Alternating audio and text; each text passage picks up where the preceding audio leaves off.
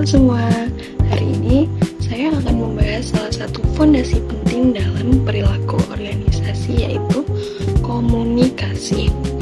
Banyak orang berpikir komunikasi itu hanya soal berbicara, padahal secara definisi, komunikasi adalah proses pemindahan dan pemahaman makna dari satu orang ke orang lain. Dalam organisasi, komunikasi ini memiliki 5 makna fungsi utama. Yang pertama, sebagai alat manajemen, sarana umpan balik atau feedback, tempat berbagi emosi, alat persuasi, hingga sarana pertukaran informasi untuk pengambilan keputusan. Agar komunikasi berjalan efektif, ada 8 elemen yang saling terkait, mulai dari pengirim atau sender, proses pengundian pesan atau encoding pesan itu sendiri, saluran yang digunakan, hingga proses penguraian kode atau decoding oleh penerima. Jangan lupa, selalu ada faktor gangguan atau noise dan lingkaran umpan balik untuk memastikan pesan telah dipahami dengan benar. Di dalam perusahaan, pesan bisa mengalir secara formal melalui rantai otoritas atau informal yang muncul dari secara spontan. Arahnya pun beragam, bisa dari atasan ke bawahan atau bisa disebut downward, dari bawahan ke atasan bisa disebut upward, atau komunikasi antar rekan sejawat dan yang setingkat, atau bisa disebut lateral. Dalam kelompok kecil ada 3 jaringan komunikasi yang umum. Chain yang mengikuti rantai komando formal, wheel yang bergantung pada satu pemimpin sentral, dan all channel di mana semua anggota bebas berkomunikasi satu sama lain. Jika kalian menginginkan kepuasan anggota yang tinggi, jaringan all channel adalah pilihan yang terbaik. Selain itu, ada yang disebut the grapevine atau selentingan. Ini adalah jaringan informasi organisasi atau informal organisasi, atau bisa disebut gosip atau kabar burung. Meskipun informal, selentingan ini sangat penting bagi manajer untuk memahami moral karyawan dan mengidentifikasi masalah yang dianggap penting oleh mereka. Karena gosip atau grapevine tidak bisa dihilangkan sepenuhnya, manajer harus tahu cara mengelolanya. Seharusnya adalah bagikan informasi secara transparan agar orang tidak perlu menebak-nebak. Yang kedua, bisa menjelaskan keputusan yang diambil sesegera mungkin. Yang ketiga, menanggapi rumor secara jujur lalu verifikasi kebenarannya. Yang keempat, ada melibatkan karyawan dalam diskusi terbuka mengenai isu-isu organisasi.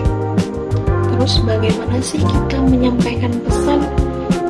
Kita bisa menggunakan komunikasi lisan, tulisan, atau non-verbal.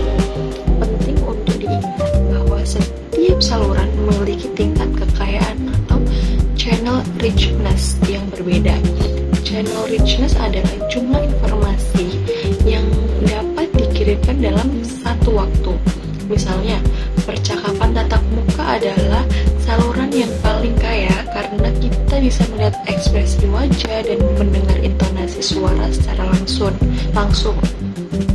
Begitu juga sebaliknya, laporan formal atau buletin dianggap sebagai saluran yang paling miskin karena informasinya terbatas dan tidak ada umpan balik yang instan.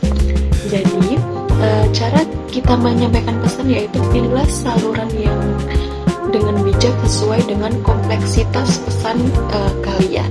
Saat kita meyakinkan orang lain dalam organisasi, kita harus memahami bagaimana audiens memproses pesan kita. Ada 2 cara manusia memproses informasi. Yang pertama ada pemrosesan otomatis atau automatic processing.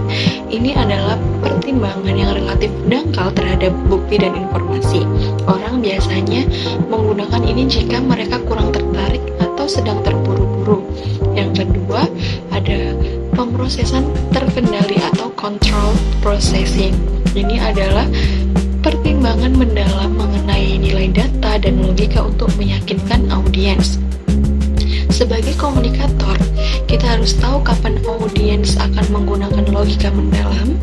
Faktor penentunya meliputi tingkat ketertarikan mereka, pengetahuan awal yang mereka miliki, kepribadian, hingga karakteristik pesan itu sendiri. Pasti tidak selalu lancar. Ada beberapa hambatan besar seperti penyaringan atau filter, di mana pengirim memanipulasi informasi agar terlihat lebih baik di mata penerima.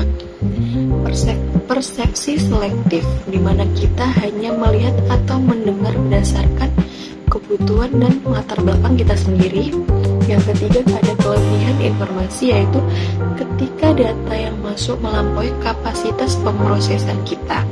Yang terakhir, ada hambatan lain termasuk faktor emosi, perbedaan bahasa, hingga kecemasan berkomunikasi atau rasa gugup yang berlebihan. Mari kita bedah lebih dalam mengenai hambatan komunikasi agar kita bisa menghindarinya. Yang pertama, keheningan, silence. Seringkali karyawan memilih untuk diam karena rasa takut atau merasa tidak ada gunanya berbicara. Ini sangat berbahaya bagi organisasi karena masalah ini tidak akan pernah terselesaikan jika kita diam. Yang kedua, ada kebohongan atau lying, memberikan informasi palsu demi keuntungan pribadi untuk menutupi kesalahan. Yang ketiga, ada kecemasan komunikasi atau communication apprehension.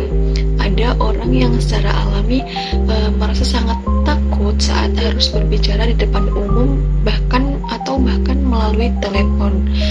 Yang keempat, ada perbedaan bahasa, yaitu kata-kata yang sama bisa bermakna beda bagi beberapa orang dari departemen atau latar belakang budaya yang berbeda.